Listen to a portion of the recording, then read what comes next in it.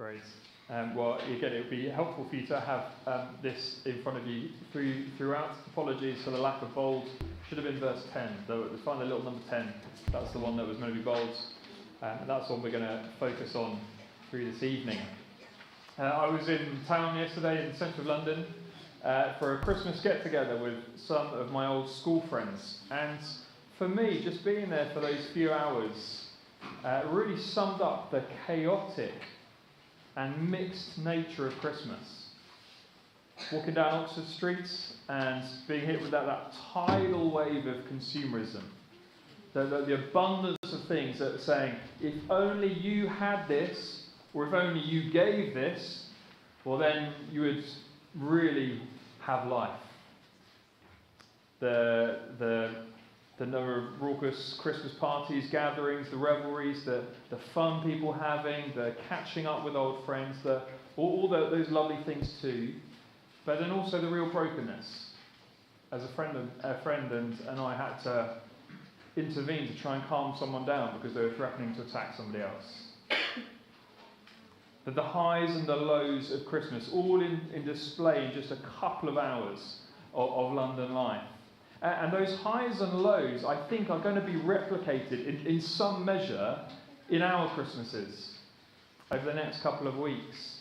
No doubt, and I hope there'll be lots of times of fun, of happiness. But I'm sure that for many too, there will be pain, grief, anxiety. And for a few minutes this evening, I want to share something with you which I really hope is going to stay with you beyond this evening. It's going to stay with you through this Christmas season. And I want it to stay, and I hope it will stay with you so that in the madness of Christmas, in the good things and the hard things both, we can remember the reason for Christmas. And I'm going to tell it to you now, and so you can then wait and go to sleep until the mulled wine appears. The reason for Christmas is that Jesus came to give full life.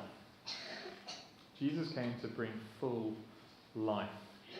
And again, I want you to remember that so that in the great times, the happy times, you're going to enjoy and appreciate them, yes.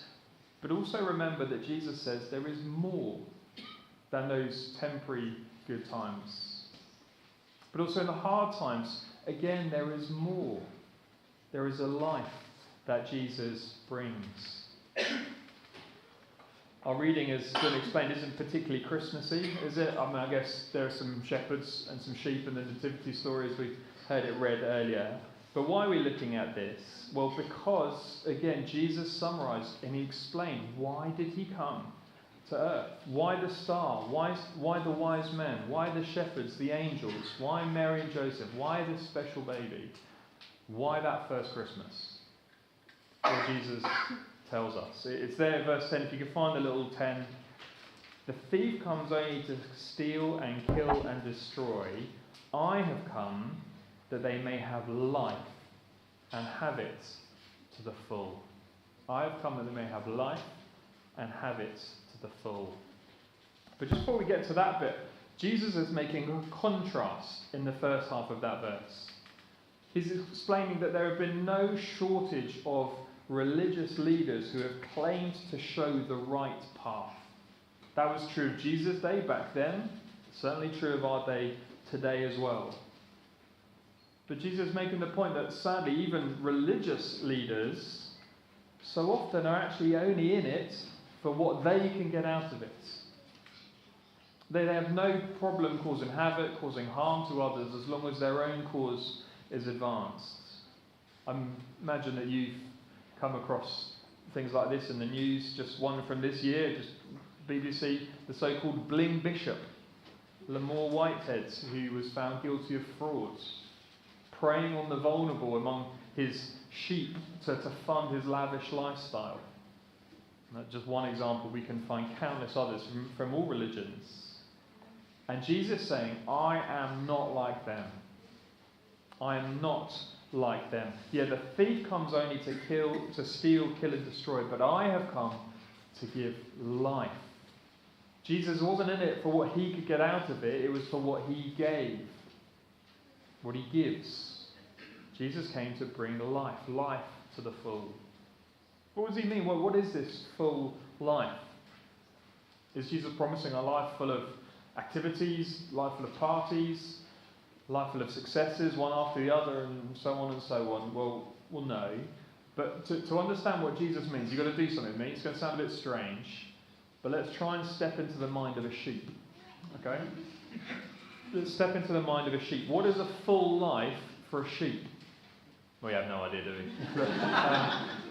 But I think actually we can work it out from what Jesus says, right? Let's think as a sheep for a second. What does a sheep want? Well, a sheep wants a shepherd who cares for it. A sheep wants a shepherd who cares for it, who protects it and provides for it. And that is what Jesus says that he is. I don't know if you spotted it as it was read, but Jesus repeatedly describes himself as the good shepherd. You see it in verse 11, the next verse on, you see it in the beginning of verse 14. Jesus is the good shepherd, the one who knows his sheep, who loves his sheep, who cares for his sheep. If you look at verse 9, you see Jesus says that anyone who enters through me will be saved or will find safety. And they will come in and go out and find pasture. She says, look, me, I'm the good shepherd, and therefore that means I'm going to keep my sheep safe. And I'm going to provide for them green pasture. This is sheepy heaven. There's green pastures all around, nice food. So this is what they're after.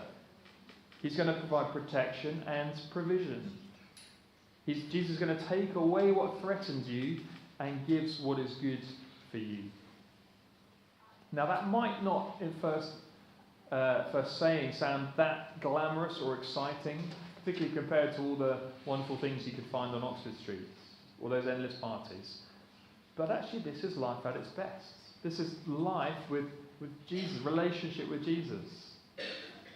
And in our increasingly uncertain and insecure worlds, to find Jesus the Good Shepherd who gives protection, security for his people, provisions, giving them all that we need.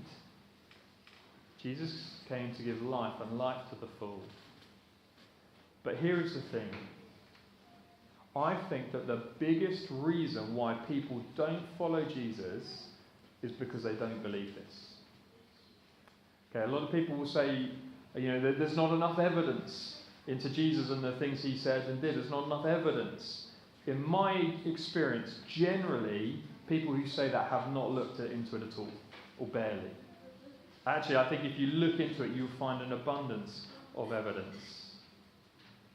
I think the thing that holds people back is that ultimately we don't believe him. We think that Jesus has come to steal away life. We think that Jesus has come to steal away my fun, my freedom. He's come to restrict or to limit us, to take the fun out of life. To stop me from doing the things I want to do and to pile on a whole load of things that I don't want to do. We think of Jesus like this all year round Ebenezer Scrooge, or depending on your generation, an all year round Grinch. The one who hates not only Christmas but hates all of life. Jesus said, I have come that they may have life. Now what can persuade you of that? What can persuade you that, yes, really, when Jesus said, I've come to bring life, he really means it, and he really does it? Well, we can be sure that Jesus came to bring full life because he chose death. That's the answer that Jesus gives. We can be sure that Jesus has come to bring life because he chose death. So Jesus, the good shepherd, we've had that contrast with the thieves, those other religious leaders. And now he contrasts it with the hired hand in this story. Okay, the hired hand is the person who doesn't own the sheep, but is paid to look after them. Okay, so they'll do a job, they'll look after the sheep, make sure they won't go wandering off, but they're there for the money. And so imagine the scene. There is the hired hand, the helper, looking after the sheep, and along comes a wolf. What does the hired hand do? Well, the hired hand goes, no, this has all got a bit serious, hasn't it? And so, from the middle of verse 12, if you find it there. So when he sees the wolf coming, he abandons the sheep, then runs away. And then the wolf attacks the flock and scatters it. The man runs away because he is a hired hand and cares nothing for the sheep. That's what a hired hand does, and Jesus says, I'm not like that. I'm the good shepherd. I am deeply committed to the sheep, and you know what? I'm going to prove it. And how is he going to prove it? Well, if you can see verse 11, I am the good shepherd. The good shepherd lays down his life for the sheep. The good shepherd stays when the wolf comes. The good shepherd fights, and if necessary, the good shepherd lays down his life. And no less than 5 times in these verses that are printed out, 5 times Jesus says, I'm going to lay down my life for the sheep. Even at Christmas, our attention should be on Easter. Because not long after Jesus said these words, he was going to be crucified on a Roman cross. But when he was, interestingly, his followers were initially very confused, and they were broken by the news. How could this have happened to Jesus? And it might sound strange to you. You might be wondering, why is it Christians going on about Jesus and him dying? Well, let me tell you a story to illustrate. You might remember this, but in 1982, an aeroplane took off from Washington National. It had trouble, and it landed on the Potomac, a river that at that stage was partially frozen, winter. And so this plane crashes down. A helicopter is scrambled to go and try and rescue survivors. And this was actually showing live on American news at the time. So the helicopter goes to try and rescue them. And there's one man, Arland D. Williams Jr. And he took a hold of the rope that was dangling from that helicopter, that rope that could have taken him to safety, and he let go. 5 times he took a hold of that rope and he let go. As I described that, you're going, why? Why on earth would he let go? That rope that could have saved him. What was going on? Well, you need to understand that he let go of that rope in order to save others. 5 times he took hold of that rope and swam over to somebody else and gave it to them and let go himself. 5 times before he tragically sunk down beneath the water. He let go to save others. There was a purpose for that. And Jesus, and he laid his life down, he did so in order to save others. You see, the cross wasn't some tragic accident. It was a deliberate act of Jesus. And this is what helps us to understand why it was a good thing. He died that we might live. And all of us have turned our backs on God. All of us have had that attitude that wants to live for myself rather than for him, to take the good things that he's given, but to turn our backs on him. And the tragic irony is that what many people think is going to bring this liberating life, actually, the Bible says, results in death. Spiritual death, punishment and eternal separation from God's and all of his goodness. But the good shepherd lays his life down for the sheep. Like a shepherd who'd throw themselves in front of that wolf, like Arland D. Williams Jr., who laid down his life. So Jesus laid down his life, dying in the place of his people, that they might live. And so do you see how this helps us to be sure that Jesus really did come to bring life? Okay, the question, if I put my life in Jesus' hands, would he harm me? Would he be actually stealing life away from me? Well, if Jesus laid down his life, if he paid the ultimate price, surely the answer is no.